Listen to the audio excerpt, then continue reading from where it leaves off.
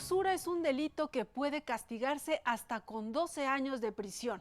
Pero ¿en qué momento un tipo de interés puede ser excesivo? ¿Quién lo determina o con base en qué parámetros? Hoy hablaremos de la usura. Haremos un recorrido histórico, analizaremos la jurisprudencia de la Suprema Corte y un profesor de la Escuela Judicial nos dirá cómo se imparte capacitación en esta materia. Soy Verónica González. Comenzamos.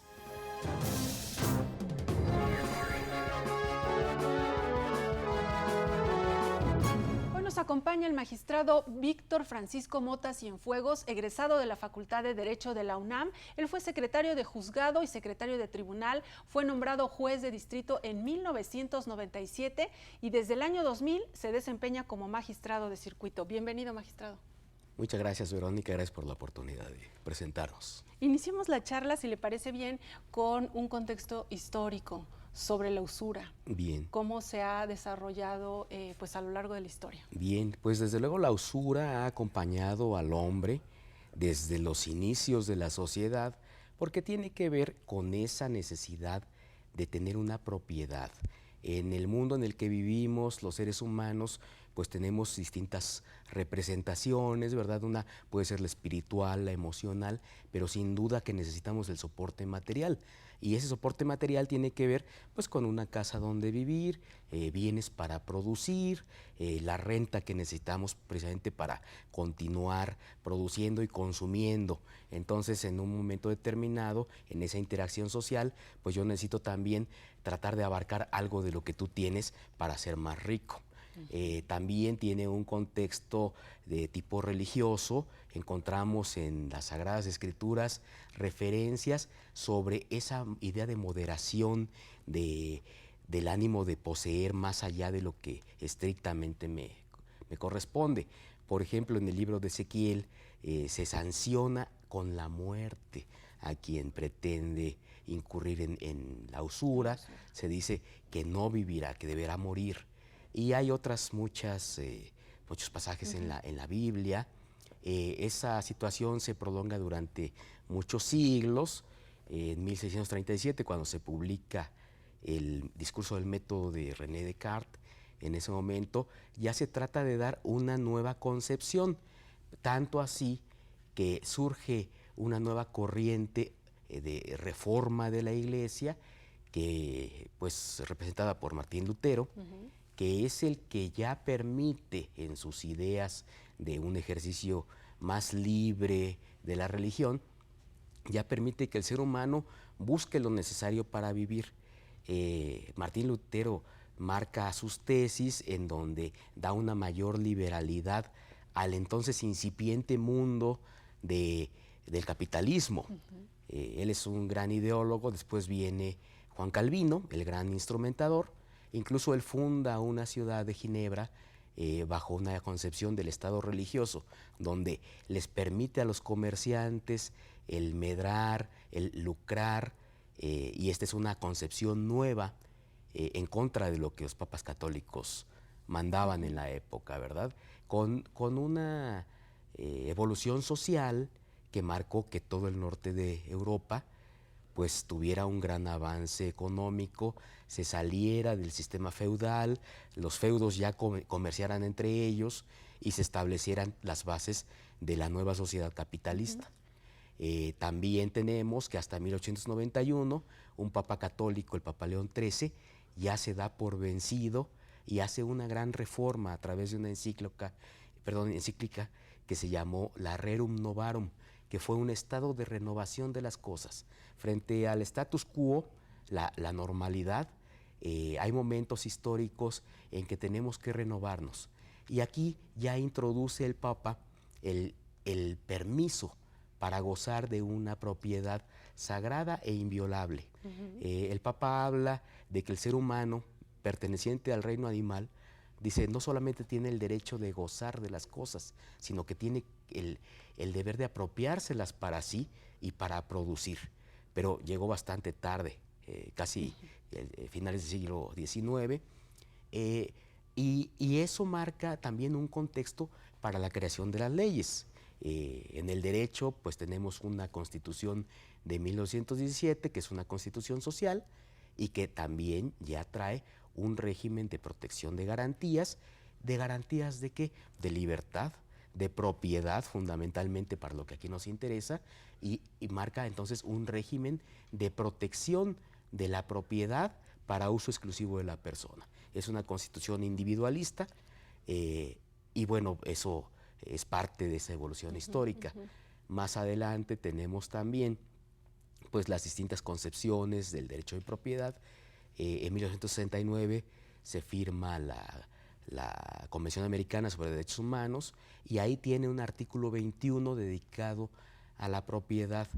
El punto 3 específicamente prohíbe la usura y toda forma de explotación del hombre por el hombre. Es hasta ese momento donde se empiezan a establecer como ya sanciones más, digamos, reguladas por la ley. Le comento esto porque pensaba, desde un principio esta conducta se condena, como usted mencionaba, ¿no? Desde tiempos bíblicos, Así pues es. tenía ese castigo porque no era algo adecuado. Es hasta este momento en que se comienza a sancionar ya de manera más regular. Sí, la norma religiosa desde luego toma un carácter moral como rector de la conducta de los seres humanos. Pero posteriormente esa norma moral ya no es suficiente para obligar a adoptar posturas que sean de beneficio social y no solamente individual. Por eso surge la ley ya bajo una concepción de derecho positivo, en donde realmente establece la norma y establece la consecuencia del incumplimiento de la norma.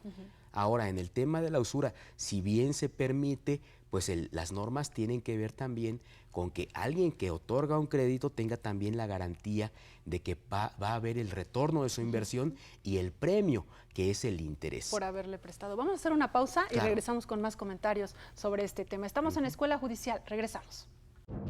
Regresamos.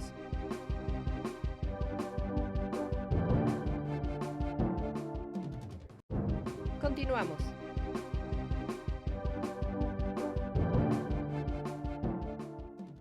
Echemos un vistazo a lo más destacado de las actividades académicas de la Escuela Judicial y regresamos con el tema de hoy.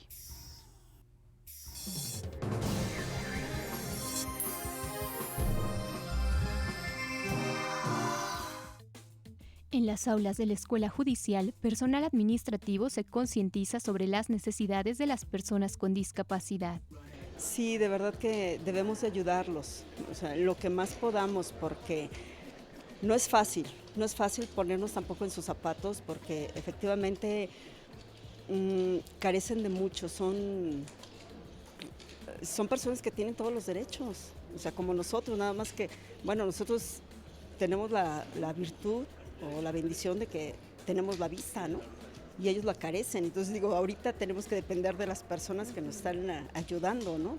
Desde el primer contacto que haga una persona que llega al Poder Judicial, al Consejo de la Judicatura Federal en cualquiera de sus edificios, pues lo primero es que realmente cuente con las condiciones para poder, por ejemplo, obtener la información del juzgado o el área a donde se dirige, y para ello se cuenta con la información tanto para personas, por ejemplo, con discapacidad visual, donde cuente con un directorio en lenguaje braille que pueda leer la persona por sí misma. También entendieron la importancia de contar con baños y elevadores que tengan acceso para sillas de ruedas, estacionamiento para personas con discapacidad y rampas en las aulas del Poder Judicial.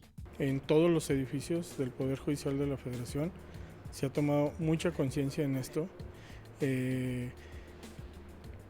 La accesibilidad para que la gente con discapacidad, ya sea visual o motriz, tenga mejor acceso tanto a tribunales, juzgados federales, ya que se encuentren en reclusorios o tribunales colegiados de circuito. Para la Dirección General de Protección Civil este es un punto muy importante porque precisamente se revisan que las condiciones de los inmuebles tengan pues las características propias para que todas las personas con cualquier característica tengan acceso a los servicios y a la justicia, que es lo que imparte el Consejo de la Judicatura Federal, ¿no? Ya estamos de regreso conversando sobre el tema de la usura y nos comentaba en el bloque anterior, magistrado, un contexto histórico sobre esta figura y llegamos al punto en que se establece en la ley propiamente ¿Cómo se regula actualmente la usura? Bien, fíjate, también partiendo de ese contexto histórico, en 1998 la Suprema Corte emitió una tesis aislada en la que declaró que el término de usura no existe en el sistema jurídico mexicano, no se expresa en la legislación. Y esto tiene una razón de ser, y es que en la ley se regula el deber ser, no lo que debe considerarse como un acto prohibido para los ciudadanos, un acto que no está en la esfera de sus derechos y de sus capacidades de libre voluntad. Pero tiene un desarrollo todavía un poco más cercano, porque como sabes, nuestro país se adhirió a la Convención Americana sobre Derechos Humanos, y a partir de ahí la Suprema Corte de Justicia en 2014 encuentra que esa prohibición para que el hombre explote al hombre, se comporte como lobo del hombre, pues desde luego tiene una repercusión en el orden jurídico. Y es a través de su jurisprudencia que la Corte nos marca el parámetro de que la usura debe ser regulada, debe ser limitada y desde luego tienen que ser atemperados los efectos nocivos de su práctica. Tenemos un sector económico que desde luego está regulado por la ley, son las instituciones de crédito, los bancos, las casas de bolsa, todas las instituciones financieras que operan bajo la vigilancia del Banco de México y de la Comisión Bancaria y de Valores, ¿verdad? Que les regula. Eso permite que todas estas instituciones pues tengan parámetros de normalidad financiera. Así llamamos a las tasas de interés que pues, pueden llamarse tasa interbancaria, costo porcentual, costo anual, ese tipo de figuras, ¿verdad? Que nos dan una idea de lo que las fuerzas del mercado han permitido como normal en una libre contratación entre consumidores de servicios financieros y las instituciones que prestan el servicio. Entonces, a partir de ese punto de normalidad, podemos advertir cuando una persona que no forma parte de este sistema regulado, pues incurre en una práctica de abuso, fijando tasas de interés que escapan de la normalidad financiera.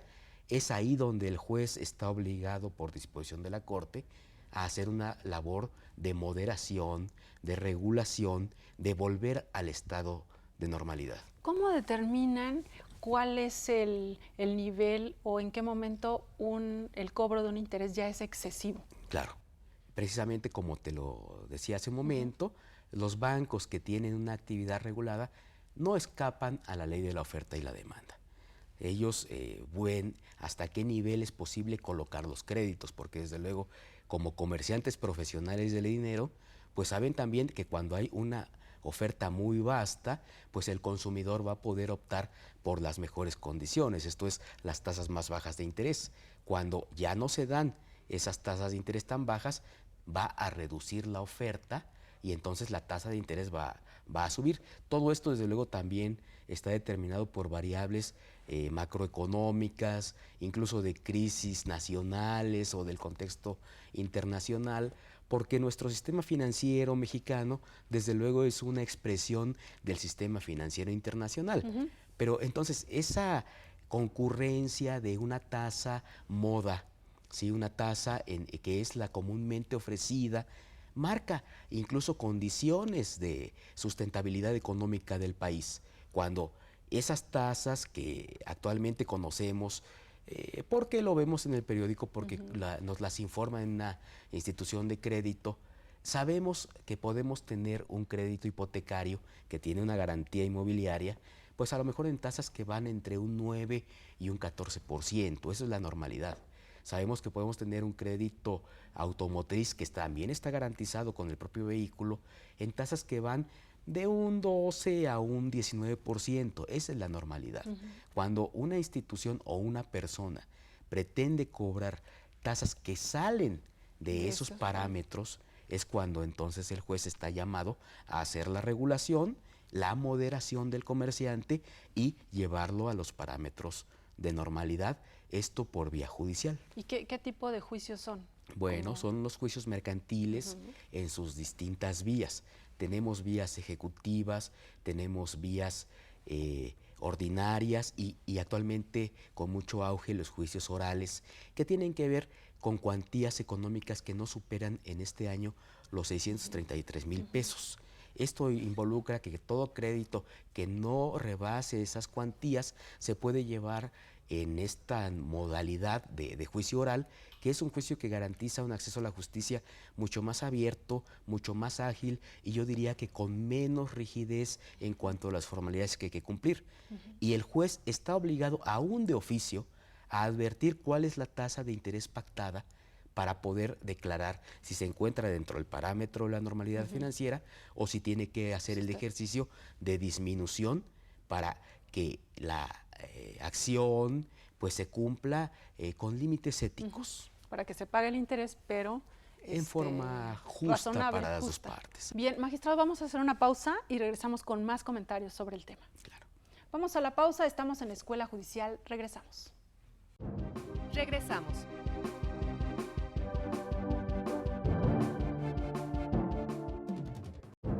Continuamos.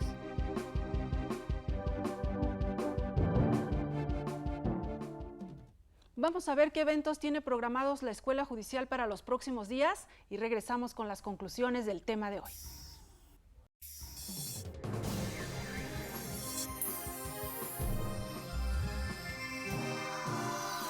Mesas de análisis y talleres de audiencias sobre medidas cautelares en el sistema penal acusatorio. Las actividades están dirigidas a operadores jurídicos en el sistema penal acusatorio y el juicio de amparo en materia penal. Los interesados deberán registrarse a más tardar este viernes 15 de junio en la página web www.ijf.cjf.gov.mx. Programa de preparación Nociones Generales del Derecho con enfoque en teoría del delito y sistema penal acusatorio. Está dirigido a unidades administrativas y órganos auxiliares. Este módulo tendrá una duración de 24 horas. La evaluación de los asistentes se realizará el próximo 21 de junio de 17 a 20 horas en la sede Ajusco del Instituto de la Judicatura Federal o a través de la página de internet aulavirtual.ijf.cjf.gov.mx. Convocatoria para integrar el Anuario de Derechos Humanos del Instituto de la Judicatura Federal 2018. Dirigido a los miembros del Poder Judicial de la Federación, integrantes de la Red Iberoamericana de Escuelas Judiciales y especialistas en Derecho. Las colaboraciones deberán enviarse antes del 12 de julio. Consulte las bases, política editorial y lineamientos en www.ijf.cjf.gov.mx. La Biblioteca Felipe Tena Ramírez invita a consultar sus bases de datos. Para el acceso a los más de 90,000 ejemplares, se le invita a crear una cuenta personal en la página web www.ijf.cjf.gov.mx/biblioteca. Para mayor información, la Escuela Judicial pone a su disposición 2 videos que sirven como guía de acceso para conocer los contenidos de consulta pública. La herramienta es gratuita. Ya estamos en la parte final del programa conversando sobre el tema de usura y antes de que pasemos a que nos explique cómo se aborda esta materia en los cursos que imparte la Escuela Judicial, me gustaría que nos comentara, ya nos platicaba qué es lo que sucede cuando, cómo se regula en el caso de las instituciones financieras, pero qué ocurre cuando es un préstamo entre particulares y que también se da el cobro de intereses. Sí, en la materia civil también se encuentra regulado el contrato de mutuo y el mutuo con interés, que es una analogía en lo que sucede con las instituciones de crédito que hacen estos préstamos. Creo que en este sector de la sociedad es donde se dan los mayores abusos, porque la usura no se encuentra regulada expresamente en la ley. Existen algunas legislaciones penales que tratan de dar una aproximación, pero en cuanto a la ley civil, a lo que nos atenemos es precisamente a los usos y costumbres, a estas prácticas bancarias que nos dan el parámetro de normalidad financiera para de ahí poder apreciar en un ejercicio de ponderación si existe una desproporción entre lo que cobraría una institución de crédito con lo que cobra un particular.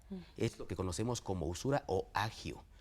Y la labor del juez es precisamente advertir en qué contrato se presenta esto. Y puede ser en un contrato de mutuo, pero también puede estar presente en una cláusula abusiva, en un arrendamiento o bien en la compraventa que establece una pena convencional, ¿sí? En todos estos supuestos tendríamos que adoptar una regla de moderación de la voracidad y es a lo que están llamados los jueces. Bien, en el caso del curso en el que a usted le ha tocado participar como profesor aquí en el instituto, ¿cómo abordan este tema? ¿A quién está dirigido? Bien, ha sido una gran oportunidad de coincidir con jueces y magistrados del Poder Judicial de la Federación, porque finalmente ellos son los especialistas en la construcción de este tipo de figuras jurídicas y son quienes van fijando hasta dónde se puede permitir una práctica que sea sana en cuanto al crédito y su recuperación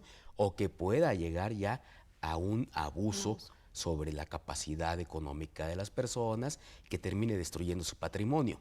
Y en estas sesiones del curso, en principio nos hemos reunido jueces y magistrados tratando de producir un efecto en cascada, en donde la reflexión del tema nos la podamos llevar a nuestros juzgados y tribunales de circuito y en la práctica con los secretarios, ¿verdad? Vayamos derramando esas ideas, ¿verdad? Para poderlas plasmar en el análisis de los asuntos que llegan turnados al órgano. ¿Cuál es la dinámica del curso? ¿Analizan casos concretos mediante el intercambio de experiencias? Sí, desde luego el carácter, la personalidad del ponente, pues marca una tendencia, pero la dinámica que se ha suscitado es que despierta gran interés porque cada uno de los juzgadores en su experiencia profesional ha adquirido el conocimiento de casos muy concretos que han resultado emblemáticos en el sentido